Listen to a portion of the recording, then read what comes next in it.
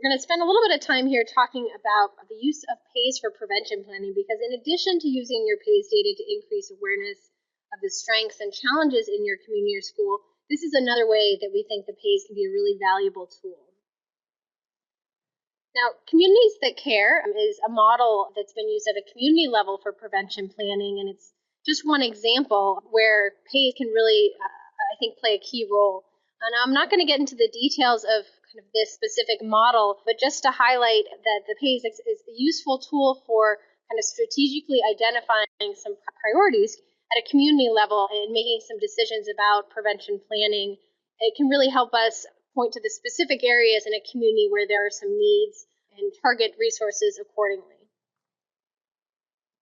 At the school level, many of you might be familiar with the school-wide positive behavior support model here with the 3 tiers.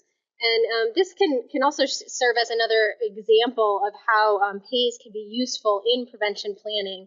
Again, I'm not going to get into the details of this model, but just to give you a sense for how the PAYS could possibly be used at both Tier 1 and Tier 2, it can really help, again, make some data-informed decisions if you're working within this kind of framework at a school level.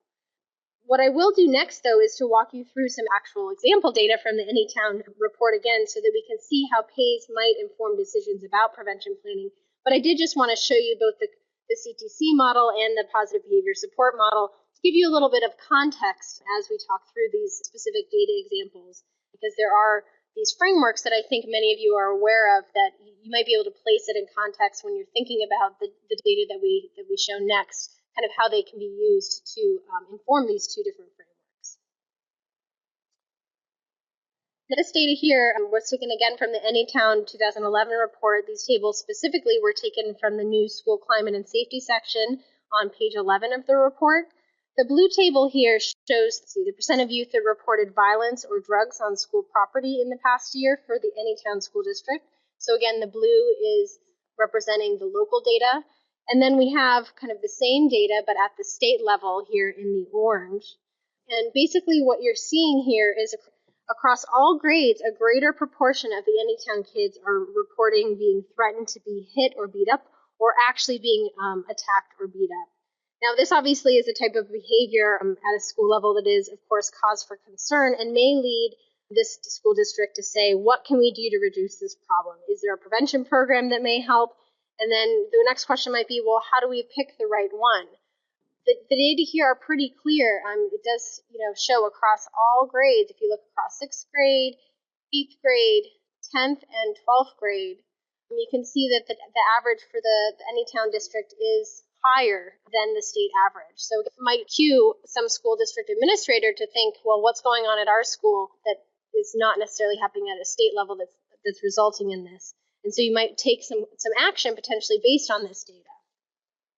But we want to caution you to think thoroughly and think strategically about not just this data, but also what potential factors might be related to why your school is seeing this kind of increase, or at least increased prevalence rate of these antisocial behaviors. So I want to kind of remind you of an important concept we already covered earlier.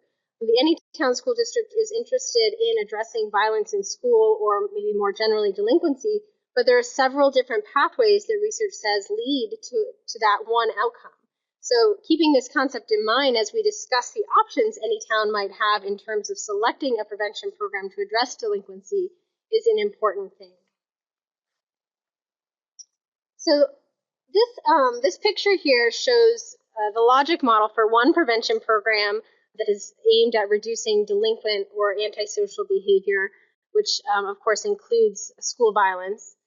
And it is called the Strengthening Families Program. Some of you might be familiar with it, but it's a proven effective, evidence-based program that PCCD supports in their funding of programs across the state.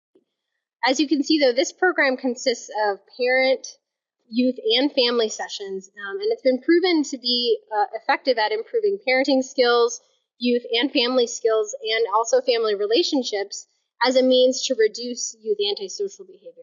So you might think, well, this seems like a great option for the Anytown School District. They're focused on reducing youth antisocial behavior, so this should be the program that they pick.